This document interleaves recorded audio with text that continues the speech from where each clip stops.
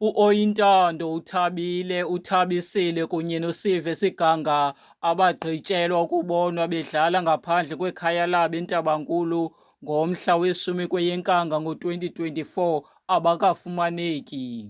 Kungoku nje abantwana bakhangelwa ngookhetshe baseMpuma Kapa nabathi abazani neendaba zokuthi umntu onolwazi ngokulahleka kwabo uza kuhlawulwa isigidi seerandi.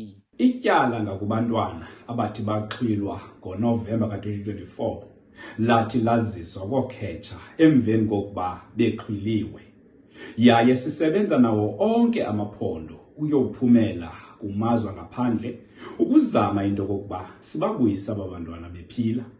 Umbandela omalunga neriwadi ye-R1 million singookhetsha ngumbandela esingawaziyo esiwubonayo othe tshitshilili kumakhasi onxibelelwano. Ookhetshe kweli phondo bathi babongoza amagqirha, amajelo osasazo kunye noluntu ukuba luncedisane nabo abantwana bafumaneke.